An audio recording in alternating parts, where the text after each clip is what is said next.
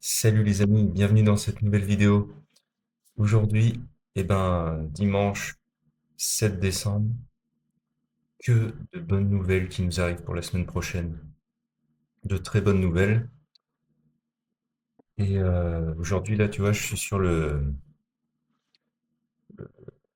graphique de Bitcoin. Et comme tu peux le voir, depuis les obligations d'État japonaises, où il y a eu une belle baisse, on était descendu à 80 000 dollars. Depuis, les plus bas sont de plus en plus hauts et les points hauts sont de plus en plus hauts. Tu peux le voir. Malgré là une petite baisse, tu vois que la moyenne mobile de 12 a recroisé comment dire, vers le bas, on est en vente.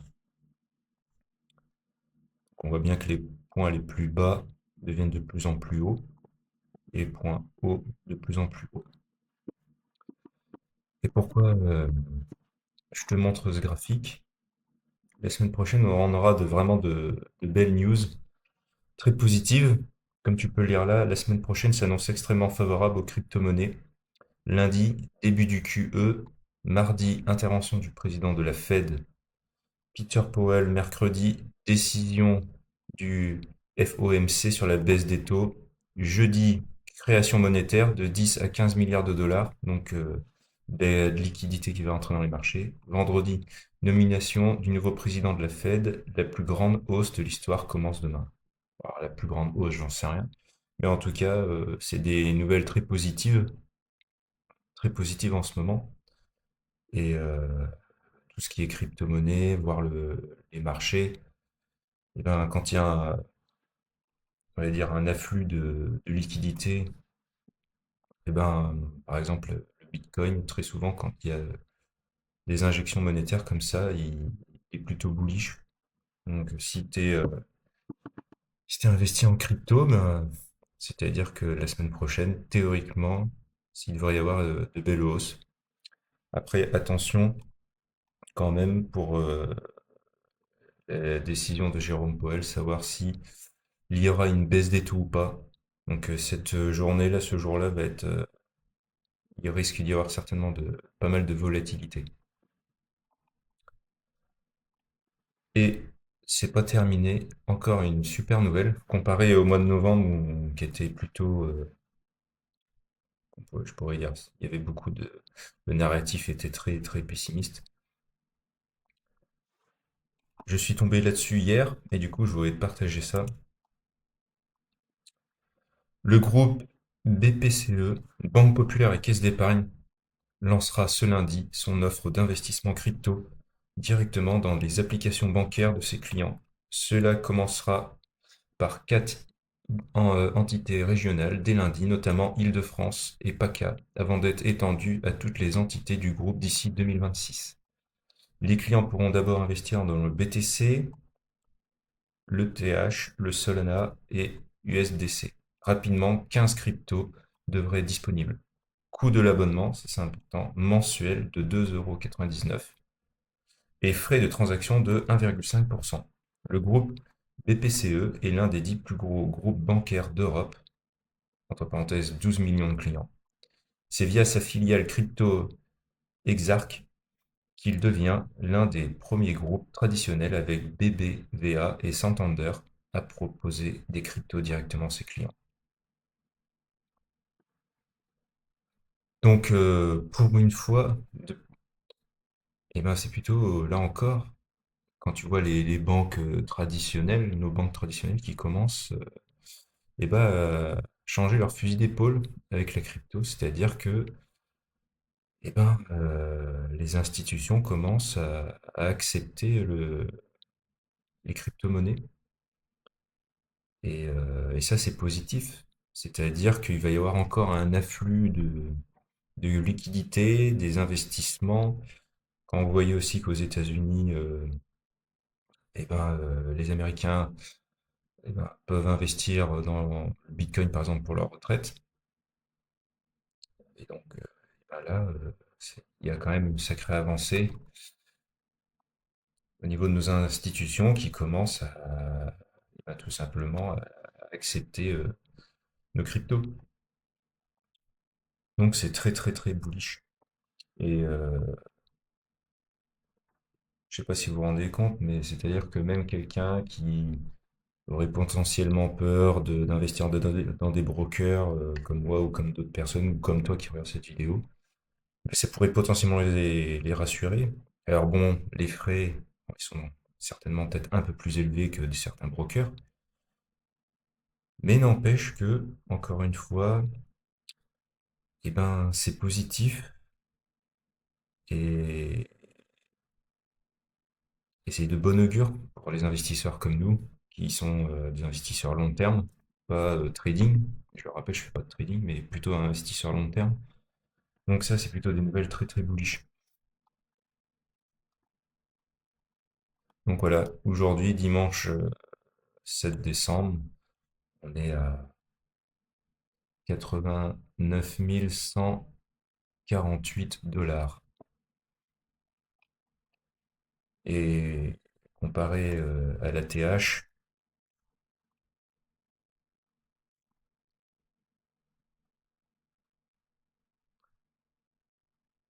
bon allez, je vais arrondir, on est à 41.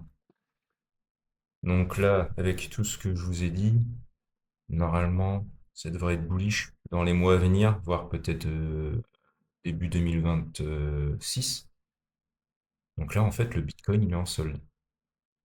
Après, il y a d'autres, Ethereum, Solana, mais moi, je prends le plus connu, celui qui a la plus grosse capitalisation, le Bitcoin. Bon, bah là, il est en solde de 41%.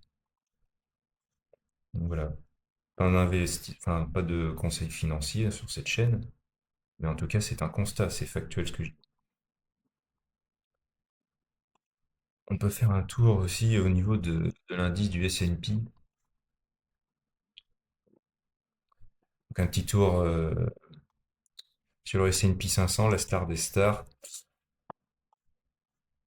Donc bon, bah voilà, on est acheteur hein, sur cet indice.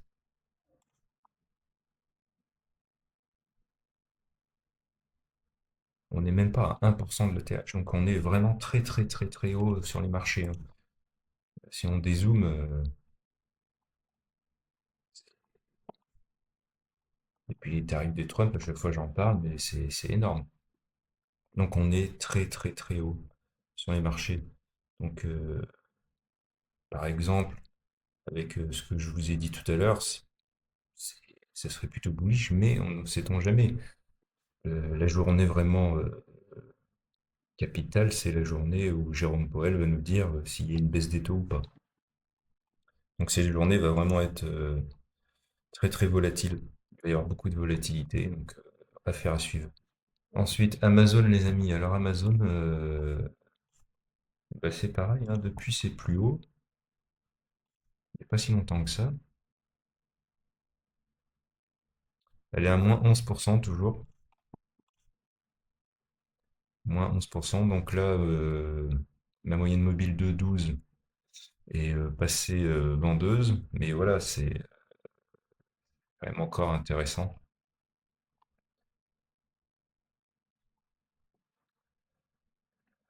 Maintenant, Meta.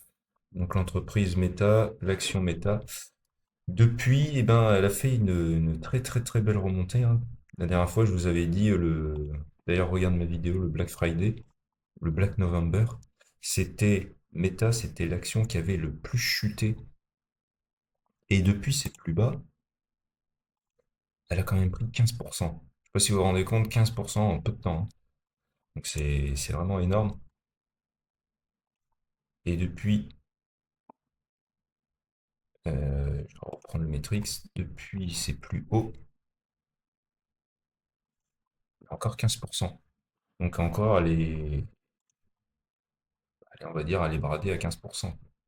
Et sachant qu'en peu de temps, elle a pris 15%. Maintenant, Google, les amis. Eh ben Google, non, ça baisse pas, c'est toujours très très haut. On est à 322 $ l'action, sachant on est à peu près à 3% de son ATH. Il n'y a pas si longtemps que ça. Et quand on voit depuis la croissance qu'elle a fait en peu de temps, c'est impressionnant. Sachant que là encore, hein, il n'y a que des nouvelles positives pour Google. Donc là,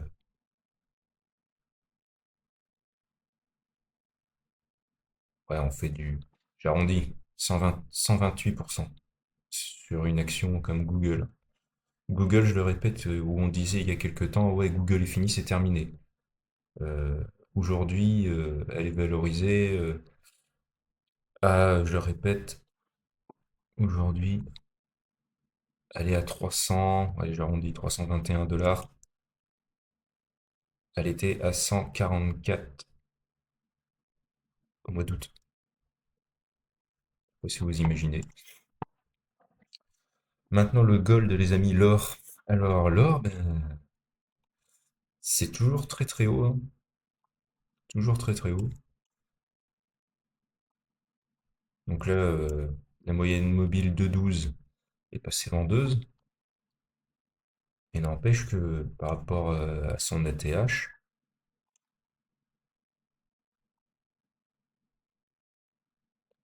on est à 4%. Alors très souvent, certains opposent le Bitcoin avec l'or, qui pourrait dire est on peut dire son opposé. S'il y a un afflux de liquidité, très souvent les investisseurs vont mettre leur liquidité dans des cryptos, dans des actions un peu plus risquées. Donc potentiellement, peut-être que l'or va baisser. Donc l'avenir nous le dira. Mais en tout cas, eh ben, l'or est toujours, toujours très, très élevé. Aujourd'hui, on est à 4 202 $ l'once d'or. Maintenant, les amis, petite action aussi que j'affectionne particulièrement, c'est Microsoft. Alors Microsoft, j'avais fait à l'époque, il y a quelques mois, elle était dans son canal haussier, donc du coup, elle a cassé ce canal. Et depuis son ATH, on est à moins 13%. Donc c'est pareil, une très très belle valeur. Et qui est à l'heure actuelle, on va dire entre guillemets, encore un peu bradé à 13% de son ATH. Donc très belle valeur.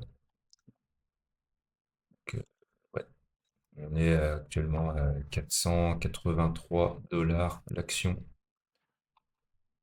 sachant que là encore, hein, pendant les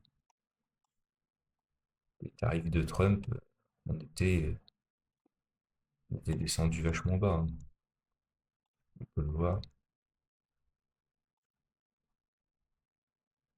Depuis les plus hauts et les plus bas, ça fait en gros 60%.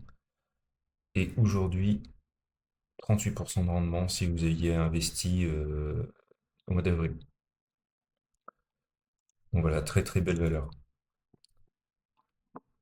Donc, pour résumer, pour finir et pour conclure cette vidéo, donc la semaine prochaine, ça va être très très important. Donc, comme je te le redis, la semaine s'annonce extrêmement favorable au niveau des crypto-monnaies. Lundi, début du QE. Mardi, intervention du président de la Fed. Peter Powell, mercredi, décision du FOMC sur la baisse des taux. Jeudi, création monétaire de 10 à 15 milliards de dollars, donc afflux de liquidités sur les marchés.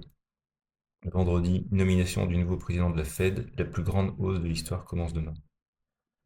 Donc, on va voir si tout cela va nous donner un marché bullish pour cette fin d'année. Après un mois de novembre, le Black November, comme je disais. D'ailleurs, n'hésite pas à regarder cette vidéo. Et puis, potentiellement, on espère finir cette belle année 2025 avec du positif. En tout cas, moi, je te laisse là.